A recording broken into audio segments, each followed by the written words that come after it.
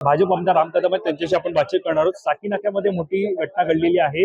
उघड्या मॅनहोल मध्ये व्यक्तीचा पडून मृत्यू झालेला आहे। काय प्रतिक्रिया? अतिशय दुर्दैवी घटना आहे आणि अशा प्रकारे निष्पाप जीव मॅनहोल मध्ये पडून त्याचा मृत्यू होणं, याला जे कोण अधिकारी जबाबदार आहे, ज्यांचा निष्काळजीपणा हलगर्जीपणा जबाबदार आहे, त्यांना माफ करण्याचं कारण आहे त्यांच्यावर कठोर कारवाई करू।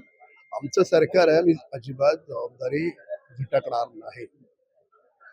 आता ही जी घडलेली घटना दुर्दैवी आहे, पण दरवर्षी अशा घटना ऐकतो। अधिकाऱ्यांची एक बैठक बोलून तातडीनं मुंबईमध्ये अशा प्रकारचे किती मॅनहोल अजून आहेत, पण पावसाळा आत्ता सुरू झालाय, आपल्याला अजून 4 महिने तोंड द्यायचंय। येणाऱ्या ह्या 4 महिन्यामध्ये किंवा नंतर भविष्यात कधीच घडू नये म्हणून काय काय उपाययोजना आहेत आणि कुठल्या कुठल्या राहून गेल्यात, याची सरकार म्हणून आम्ही स्वतः मुंबई महानगरपालिकेवर आम्ही काळजी घेऊ।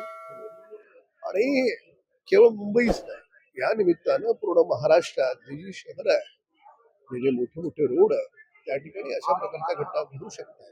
तर त्या थांबवण्यासाठी जे करावं लागेल ते आम्ही सरकार म्हणून करतो। याला जबाबदार कोण आहे? याला जबाबदार कोण आहे? कारण सातत्यानं घटना घडत आहे। मुंबईत पाऊस वाढला, पाणी साचतं आणि मग त्याचा फटका मुंबईकरांना। मी तुम्हाला सांगतो, सरकार आता एका रात्रीत तुम्हाला बदल दिसणार नाही।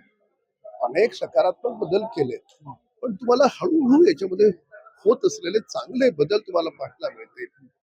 तर साधारणतः मुंबई सारख्या ऐस पैस पसरलेलं मोठं शहर, आता त्या प्रत्येक गोष्टीमध्ये तिथला तो एक अधिकारी असतो, तो प्रमुख असतो, तो पाहत असतो। तर त्या अधिकाऱ्यांकडून हे कसं राहून गेलं। आणि आपल्याकडे काय होतं, अनेक ठिकाणी जे मॅनहोल जे आहेत त्याचं जे मटेरियल आहे, भंगारमध्ये मोठ्या किमतीत विकलं जातं। तर अनेक ठिकाणी गरदुल्ले अशा प्रकारचे मॅनहोलची झाकणं रातोरात काढून विकतात। इथे तसं झालंय का, याची चौकशी कर। पण जे झालंय ते चुकीचंच झालं, जबाबदार असेल त्याच्यावर कारवाई होईलच होईल।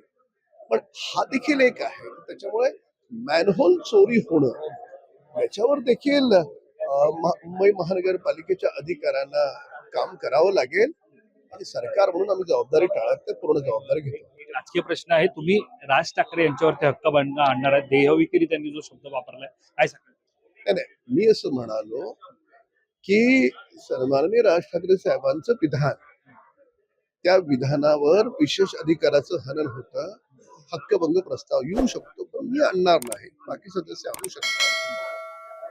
कारण असं आहे की ज्या वेळेस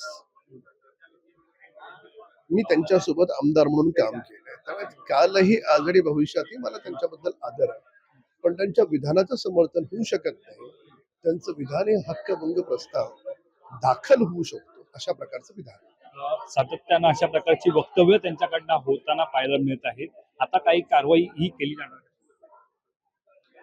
मुळामध्ये त्यांचा स्वतंत्र पक्ष आहे, त्यांना अशा प्रकारची वक्तव्य करणं त्यांच्या पक्षाची त्यांची गरज असेल, पण कोणी काय बोलावं हे त्याच्या हातात असेल। कॅमेरा पर्सन अवधेश करिशम, मी वैभव पाटील, मुंबई।